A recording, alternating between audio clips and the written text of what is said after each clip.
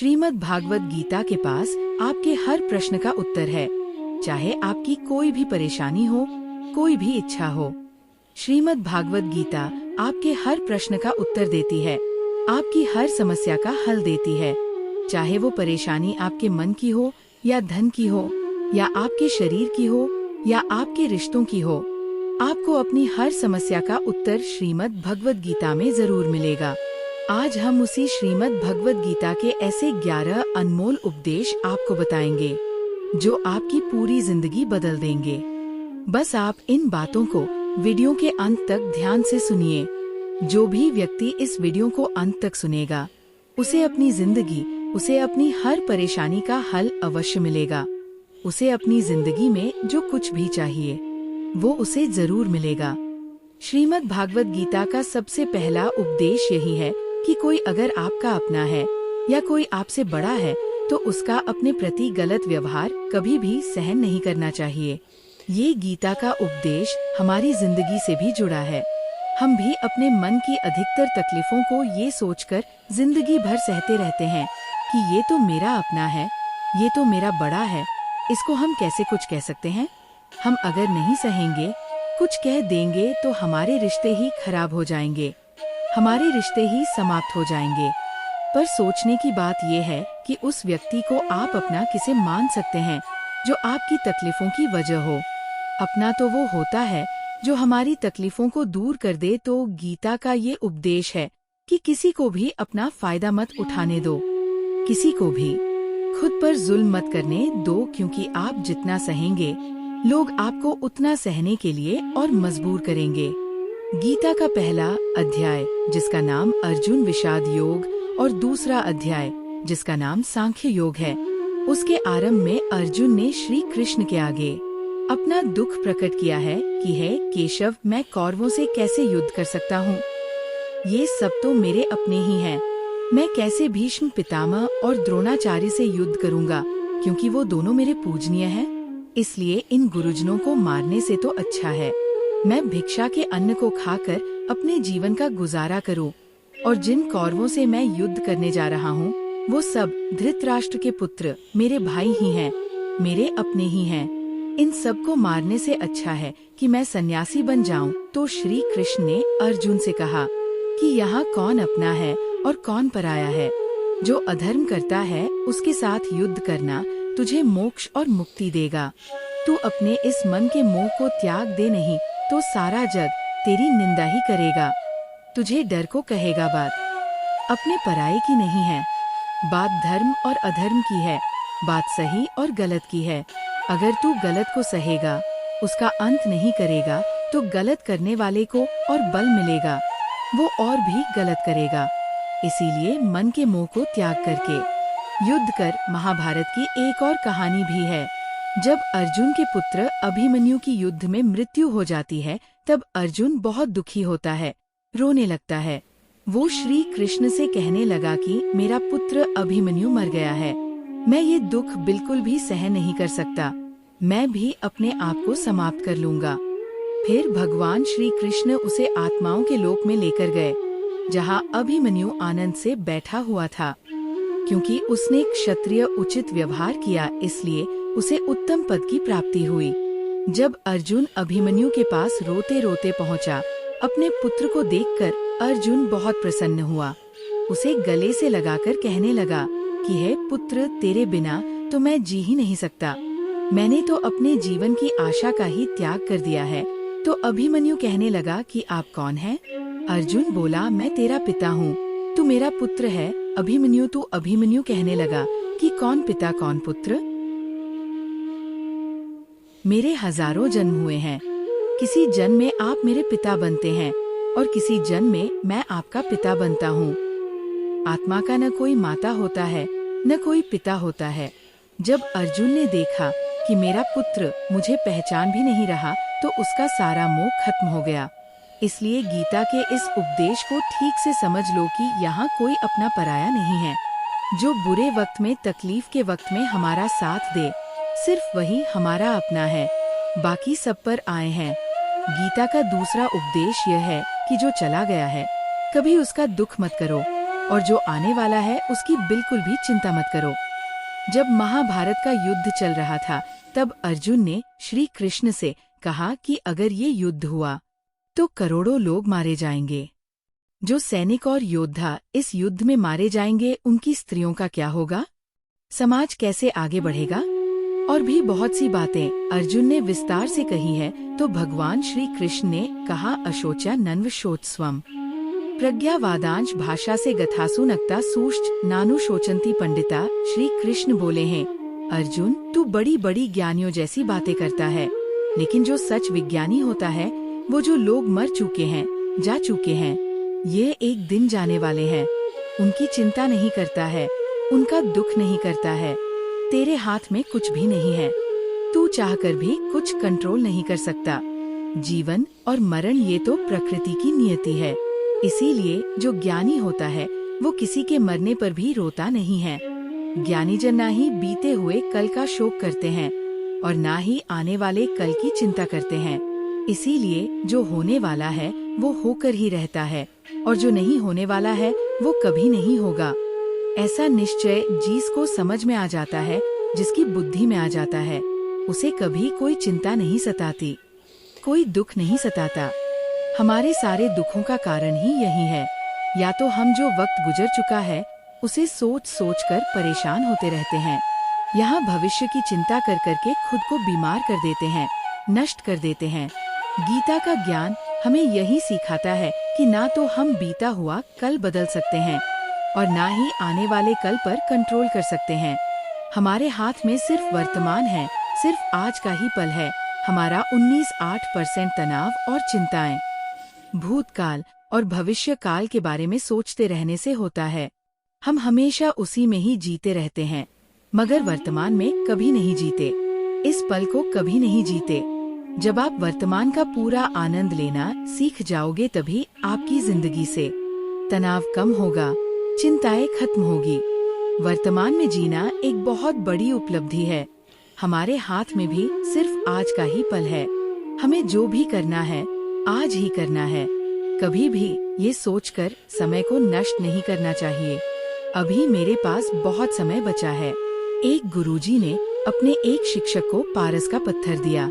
उनका वो शिष्य बहुत आलसी था, हर काम को कल पे टाल देता था। तो गुरुजी ने उसे कहा कि मैं तुझे ये पारस पत्थर दे रहा हूँ। इस पारस पत्थर से जब तू लोहे को स्पर्श कराएगा तो वो लोहा स्वर्ण बन जाएगा, सोना बन जाएगा। और ये पारस पत्थर मैं तुझे 1 महीने के लिए दे रहा हूँ। जब 1 महीना समाप्त हो जाएगा तब मैं तुझसे ये पत्थर वापस ले लूंगा, तब तक तू इस पत्थर को अपने पास ही रख। गुरुजी का वो शिष्य बाजार में लोहा खरीदने के लिए गया। जब बाजार में वो लोहा खरीदने पहुंचा तो उसे लोहे का वो रेट बहुत महंगा लगा। उसने कहा, थोड़े दिन रुक के ले लूंगा, जब लोहे का रेट कम हो जाएगा। पर उसकी बुद्धि में ये बिल्कुल नहीं आया कि इस लोहे को मैं सोना बनाकर बहुत अधिक धन बना सकता हूँ। लेकिन उसके मन की सुस्ती, उसके मन का आलस्य, उसकी वजह से उसने उस काम को कल पे टाल दिया। ऐसे ही करते करते पूरा महीना समाप्त हो गया। फिर गुरुजी उस शिष्य के पास आ पहुँचे कि बताओ, तुमने कितना सोना बनाया? शिष्य बोला कि मैंने तो अभी सोना बनाना शुरू भी नहीं किया। तो गुरुजी ने कहा, मुझे मेरा वो पारस पत्थर वापस चाहिए। शिष्य बोला कि नहीं, मुझे थोड़ा वक्त दीजिए, मैं थोड़ा सोना बनाना चाहता हूँ। गुरुजी ने कहा कि ये पारस पत्थर पूरा 1 महीना तेरे पास था, पर तू कुछ नहीं कर पाया, लेकिन अब समय समाप्त हो चुका है। ऐसे ही ये हमारा जीवन है, हमारी जिंदगी है, और ये समय ही पारस पत्थर है। हम समय के एक एक पल से अपने जीवन को सोना बना सकते हैं, लेकिन हमें ये लगता है कि हमारे पास बहुत समय बचा है। एक दिन जिंदगी को जी लेंगे, एक दिन जिंदगी में खुश हो जाएंगे, लेकिन वो दिन कभी नहीं आता और हम जिंदगी भर भागते रहते हैं, चिंता करते रहते हैं, दुखी होते रहते हैं, लेकिन जिंदगी को जीना, खुश रहना हम भूल जाते हैं।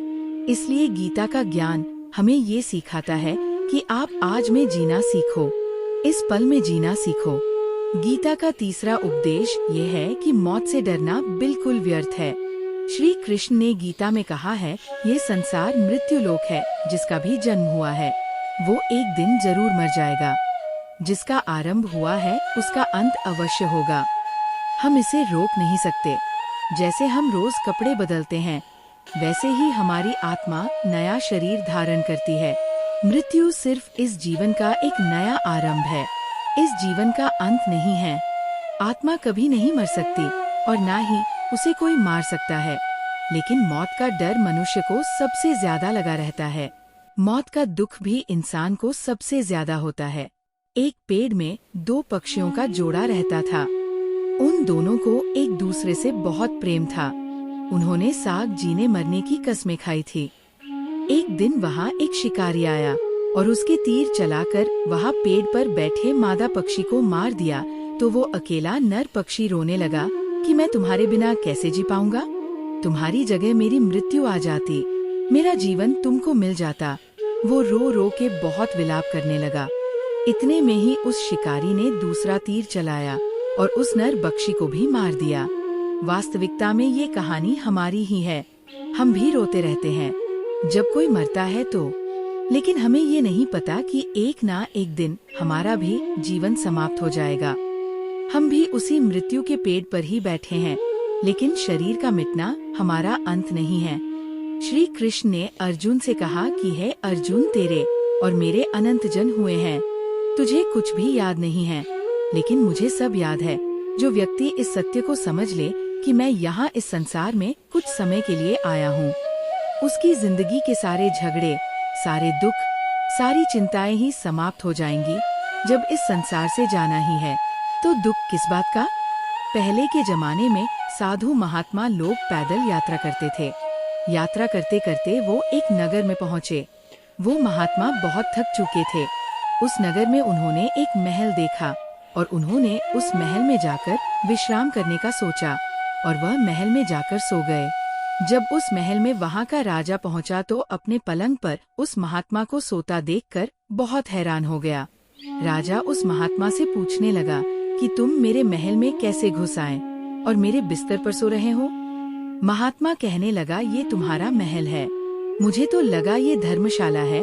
तो राजा ने कहा, आपको मेरा महल धर्मशाला कैसे लगा। तो महात्मा ने राजा से प्रश्न किया कि तुमसे पहले इस महल में कौन रहता था। तो वो राजा बोला कि मुझसे पहले मेरे पिता यहाँ पर रहते थे और उससे पहले मेरे दादाजी यहाँ पर रहते थे। तो महात्मा ने फिर प्रश्न किया कि क्या तुम इस महल में हमेशा रहोगे या तुम्हारे बाद कोई और रहेगा। तो राजा कहने लगा कि मेरे बाद मेरा पुत्र इस महल में रहेगा। तो महात्मा राजा से कहने लगे कि जिस जगह पर रहने वाले बार बार बदल जाते हो, उसे घर कैसे कह सकते हो। वो तो धर्मशाला ही है, इसीलिए तेरे महल को धर्मशाला समझकर मैं इसमें रात बिताने के लिए आ गया। धर्मशाला जान जग को जीव सब मेहमान हैं, मुँह किससे मत करो, सब स्वप्न का सामान है।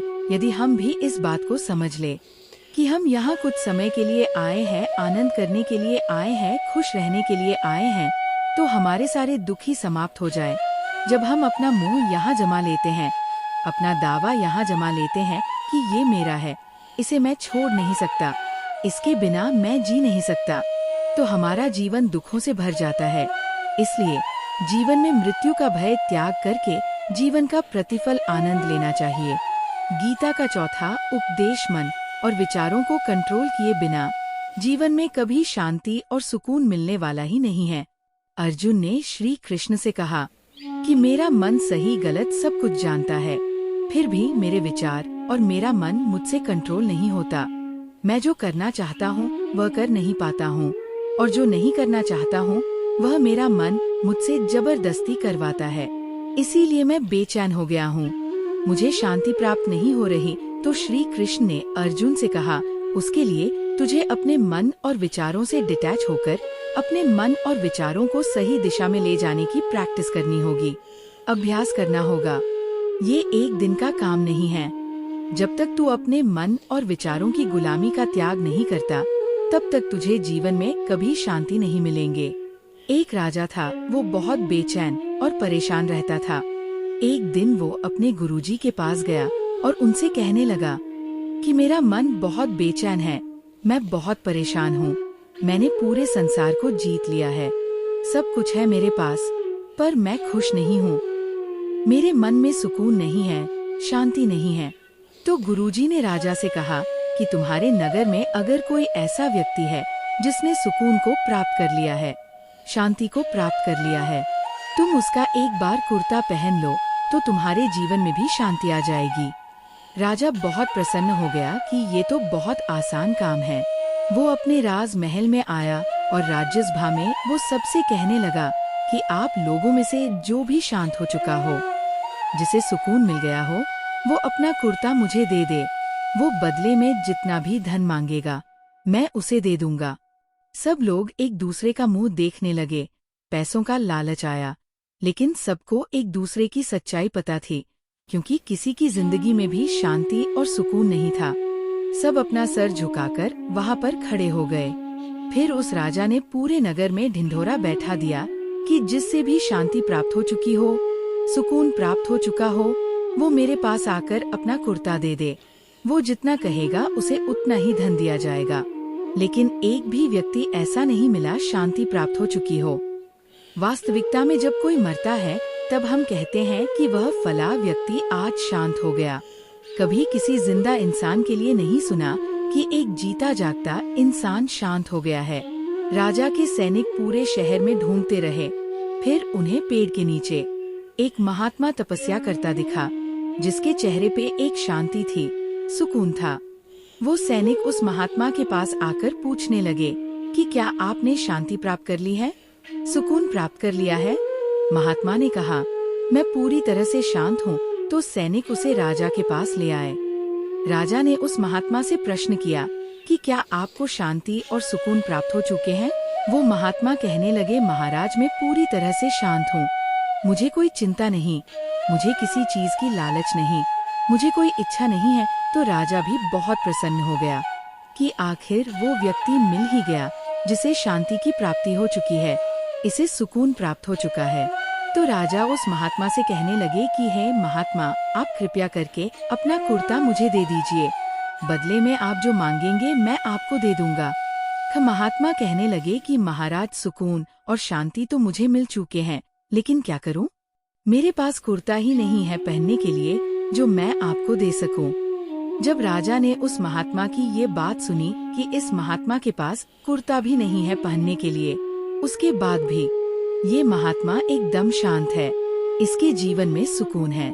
मैं सारी जिंदगी धन को जोड़ने में लगा रहा, दुनिया जीतने में लगा रहा, लेकिन मुझे शांति नहीं मिली, सुकून नहीं मिला, क्योंकि शांति और सुकून बाहर की चीज नहीं है, अपने भीतर की चीज है। इसीलिए जब तक कोई व्यक्ति अपने मन और विचारों को कंट्रोल नहीं करता, तब तक उसके जीवन में सुकून और शांति नहीं आती। और गीता का उपदेश हमें यही सिखाता है कि जीवन में शांति चाहिए तो मन को शांत करना सीखो। गीता का 5वां उपदेश यह है कि वासना, क्रोध और लालच सर्वनाश का कारण है, नरक का द्वार है। जिस भी मनुष्य में ये 3 अवगुण होते हैं, वह हमेशा दूसरों को दुख पहुंचाकर अपने ही सुख और स्वार्थ की पूर्ति करता रहता है। किसी भी चीज की हद से ज्यादा वासना करना और क्रोधी स्वभाव होना और मन में लालच होना उसके जीवन के सुख को समाप्त कर देते हैं, उसके सारे रिश्तों में जहर भर देते हैं। इन्हें नरक का द्वार इसीलिए कहा गया है क्योंकि जिस इंसान में अत्यधिक क्रोध है, लालच है, वासना है, उसका पूरा जीवन जहर से भर जाता है। उसको मरने के बाद नहीं जीते जी यहीं पर नरक का दर्शन होता है। गीता का 6वां उपदेश ये है कि सब भगवान एक ही है, कोई छोटा बड़ा नहीं है, सब एक परम परमात्मा के अलग अलग रूप और नाम हैं। श्री कृष्ण ने गीता के 10वें अध्याय विभूति योग में बताया है कि जितने भी जगत के देवी देवता है वो सब मेरी ही विभूति है। मैं ही शिव हूँ, मैं ही इंद्र हूँ, मैं ही यक्षराज कुबेर भी हूँ, मैं ही अग्निदेव हूँ। देवताओं के गुरु बृहस्पति भी मैं हूँ, समुद्र भी मैं ही हूँ, अक्षरों में ओम भी मैं ही हूँ, काल का महाकाल भी मैं ही हूँ, सारे जगत का नाश, उत्पत्ति और पालन करने वाला भी मैं ही हूँ। श्री कृष्ण ने अर्जुन से कहा कि मेरी विभूतियों का कोई अंत नहीं है, इसलिए सब भगवान, सब नाम, सब देवता मेरे ही रूप में।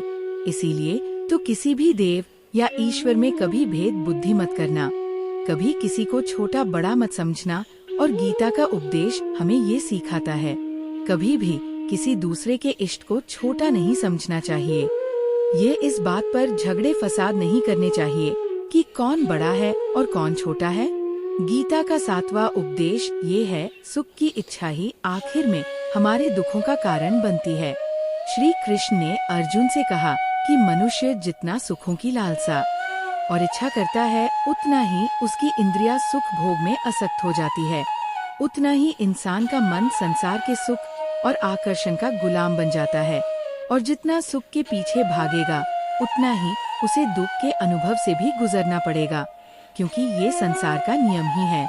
जो चीजें शुरू में मन को बहुत आकर्षित करती है, बाद में बहुत दुख देती है, और जो चीजें शुरू में मुश्किल लगती है, कठिन लगती है, बाद में हमें बहुत काम आती है। गीता का 8वां उपदेश ये है, जो भी मनुष्य दुनिया के सारे सहारे छोड़कर सिर्फ भगवान को ही अपना सहारा मान लेता है, उसकी हर जरूरत वो ईश्वर पूरी करता है, उसके हर प्रकार से रक्षा वो परमात्मा ही करता है। अनन्या चिंत्योमाम ये जना पर्युपास्ते थे, शाम नित्याभियुक्ता नाम योगक्षेम वहाँ में हम। जो भी व्यक्ति मुझे ही अपना सहारा मानता है, उसका योग क्षेम मैं वहन करता हूँ। योगक्षेम वहाँ में हम, जो चीज नहीं मिली है उसकी प्राप्ति कराना, उसका नाम योग है, और जो चीज जीवन में मिली हुई है उसकी रक्षा करना, उसका नाम क्षेम है। तो श्री कृष्ण कहते हैं, जो मुझ पे डिपेंड हो जाते हैं, उनको जो चाहिए वो मैं जरूर देता हूँ, और उनकी हर प्रकार से मैं रक्षा भी करता हूँ। गीता का 9वां उपदेश ये है कि इस संसार में हमारा कुछ भी नहीं है। पिता सार में आपने कई बार सुना होगा कि तुम्हारा क्या गया जो तुम रोते हो, तुम क्या लाए थे जो तुमने खो दिया, तुमने क्या पैदा किया जो नष्ट हो गया, तुमने जो लिया यहीं से लिया, जो कुछ भी दिया यहीं पर दिया, जो आज तुम्हारा है कल किसी और का होगा। क्योंकि परिवर्तन इस संसार का नियम है। कल तक जिसके बिना आप जी नहीं सकते थे, आज उनसे कोई रिश्ता ही नहीं है, बातचीत तक नहीं है। कहा गए वो जीवन भर के सारे रिश्ते, वो सारे मित्र जो साथ जीने मरने की बातें करते थे, आज पता भी नहीं कि वो लोग कहाँ चले गए। ये संसार परिवर्तनशील है, सब लोग यहाँ बदल जाते हैं और रिश्ता बदल जाता है, और ये हमारा शरीर भी हर दिन बदल रहा है। बचपन से जवानी, जवानी से बुढ़ापा, और एक दिन ये शरीर हमारा साथ छोड़ देता है, तो किसके लिए रोना और किसकी चिंता करना।